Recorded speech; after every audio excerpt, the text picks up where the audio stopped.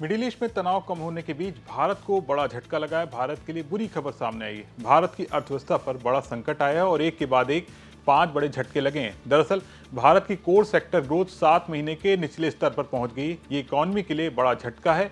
आंकड़े देखकर आप चौंक जाएंगे। पूरा मामला बेहद आसान भाषा में इस वीडियो में हम आपको बताने जा रहे हैं। नमस्कार, मैं सौरभ दीक्षित और आप देख रहे हैं विस्तक। आधिकारिक आंकड़ों के मुताबिक भारत के कोर सेक्टर की विकास दर मई महीने में सालाना आधार पर घटकर 7 महीने के निचले स्तर यानी 0.5% पर आ गई। अप्रैल में ये 1.8% पर थी।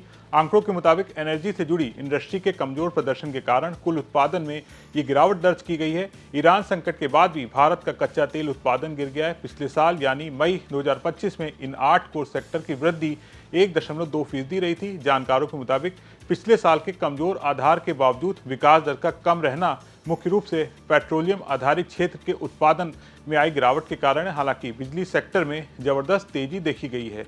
अब आपको बताते हैं कि भारत को कौन कौन से 5 क्षेत्रों में बड़े झटके लगे। मई के महीने में 8 में से 5 कोर सेक्टर में उत्पादन में गिरावट दर्ज की गई है। पहला है रिफाइनरी उत्पादन। इसमें सबसे बड़ी 8.7% की गिरावट दर्ज की गई, जो पिछले 42 महीनों का सबसे निचला स्तर है। दूसरा है कोयला उत्पादन। इसमें 9.3% की कमी आई है।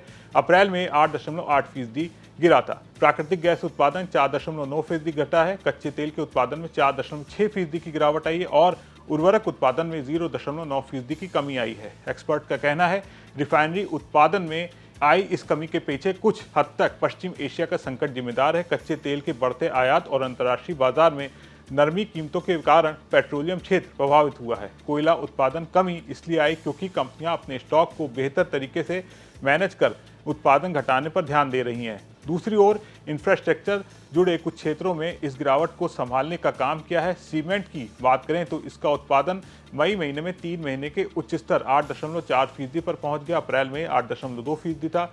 स्टील में 5% की बढ़त दर्ज की गई। वहीं बिजली की बात करें तो भीषण गर्मी के कारण घरेलू मांग बढ़ने के कारण बिजली उत्पादन 8.7% की रफ्तार से बढ़ा, जो पिछले 19 महीनों में सबसे तेज है।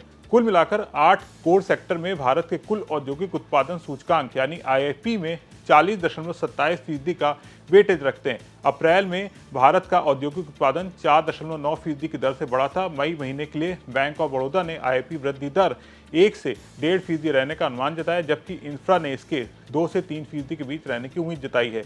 जिस तरह से भारत को कोर सेक्टर ग्रोथ 7 महीने के निचले स्तर पर पहुंच गई, इस पर आपको क्या लगता है? कमेंट करके जरूर बताएं। वीडियो पसंद आया हो तो इसे ज़्यादा से ज़्यादा लाइक करें, शेयर करें और बिजनेस जगत की तमाम बड़ी खबरों को देखने के लिए बने रहे विस्तक के साथ।